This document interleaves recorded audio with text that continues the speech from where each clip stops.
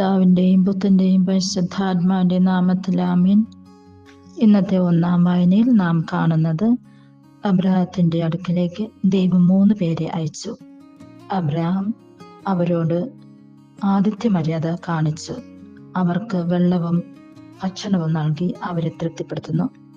അവർ അവരുടെ വരവിന്റെ ഉദ്ദേശം വെളിപ്പെടുത്തുന്നു. അടുത്ത വസന്തത്തിൽ അബ്രഹാമിന് തൻ്റെ ഭാര്യ സാറയിലൂടെ ഒരു മകൻ ജനിക്കുമെന്ന് ആ സന്തോഷ വാർത്ത അറിയിക്കുന്നു.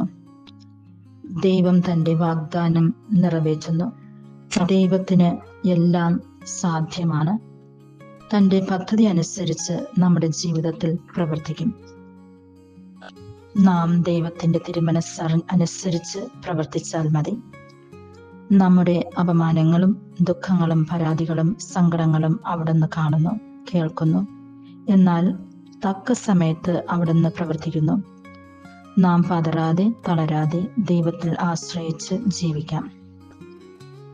ഇന്നത്തെ 2ാം വായനയിലൂടെ വിശുദ്ധ പൗലോസ് ക്രിസ്തുവിനെ പ്രതി പീഡകൾ ഏൽക്കേണ്ടി വരുമ്പോൾ അദ്ദേഹത്തിൻ്റെ സന്തോഷത്തെക്കുറിച്ച് പറയുന്നുണ്ട്. ദൈവവചനം പൂർണ്ണമായി വെളിപ്പെടുത്തുകയായിരുന്നു അദ്ദേഹത്തിൻ്റെ ദൗത്യം. മഹത്വത്തെക്കുറിച്ചുള്ള പ്രത്യാശയായ ക്രിസ്തു നമ്മിലുണ്ട് എന്ന ആ രഹസ്യവും അദ്ദേഹം വെളിപ്പെടുത്തുന്നു. ക്രിസ്തുവിനെയാണ് നമ്മോടും പ്രഖ്യാപിക്കുന്നത്. നാം എല്ലാം ക്രിസ്തുവിൽ പക്വത പ്രാപിക്കുവാൻ വേണ്ടി നമുക്ക് മുന്നറിയിപ്പും സർവ്വവിജ്ഞാനവും നമ്മെ പഠിപ്പിക്കുന്നു. ക്രിസ്തു നമ്മൾ ജീവിക്കുന്നു എന്നുള്ള സത്യം നമ്മൾ മറന്നു പോകാതെ ക്രിസ്തുവിനെ സന്തോഷിപ്പിച്ച് ജീവിക്കാം. നമ്മിൽ ജീവിക്കുന്ന ക്രിസ്തുവിനെ നമ്മുടെ ചിന്തകളിലൂടെയും വാക്കുകളിലൂടെയും പ്രവൃത്തികളിലൂടെയും പ്രഖ്യാപിക്കാം, സ്നേഹിക്കാം, സാക്ഷ്യപ്പെടുത്താം. ക്രിസ്തുവിൽ പക്വത പ്രാപിക്കാം. നിറയെ ആത്മാക്കളെ സ്വർഗത്തിന് വേണ്ടി നേടിയെടുക്കാം. ഇന്നത്തെ സുവിശേഷത്തിൽ യേശു മാർത്തയുടെയും മറിയത്തിൻ്റെയും ഭവനത്തിലായിരിക്കുന്നത് നാം കാണുന്നു.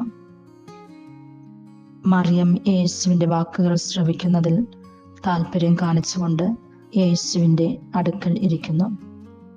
തൻ്റെ സാന്നിധ്യവും സ്നേഹവും കൊണ്ട് മറിയം യേശുവിനെ സന്തോഷിപ്പിക്കുന്നു. എന്നാൽ മാർത്ത പല കാര്യങ്ങളിൽ വ്യഗ്രചിത്തയായിരിക്കുന്നു. മാത്രമല്ല, മറിയത്തെക്കുറിച്ച് യേശുവിനോട് പരാതിപ്പെടുകയും ചെയ്യുന്നു. യേശു നമ്മയും ഉണർത്തുന്നത് നാം മറിയത്തെ പോലെ ദൈവത്തിൻ്റെ സന്നിധിയിൽ ആയിരിക്കുവാനും ദൈവത്തെ ശ്രവിക്കുവാനും ദൈവത്തിരുമനസ്സനുസരിച്ച് ജീവിക്കുവാനും തന്നെ. പ്രാർത്ഥനാ സമയം നാം പ്രാർത്ഥനയ്ക്ക് തന്നെ വച്ചിരിക്കണം. പലവിധ തടസ്സങ്ങളുണ്ടാകാം, എന്നാൽ നമ്മൾ ഉണർന്നേ പറ്റുകയുള്ളൂ. ബൈബിൾ വായിക്കാം, ധ്യാനിക്കാം, ജീവിതത്തിൽ പ്രാർത്ഥികമാക്കാം. കുർബാനയ്ക്ക് പോകേണ്ട സമയം കാത്തു സൂക്ഷിക്കാം. കൂദാശകൾ മുടങ്ങാതെ സ്വീകരിക്കാം. ദൈവിക കാര്യങ്ങളിൽ തൽപരരാകാം. അതിനായിട്ടുള്ള കൃപാവരങ്ങൾ പിതാവായ ദൈവം നമ്മൾക്ക് ഓരോരുത്തർക്കും നൽകട്ടെ എന്ന് പ്രാർത്ഥിക്കുന്നു.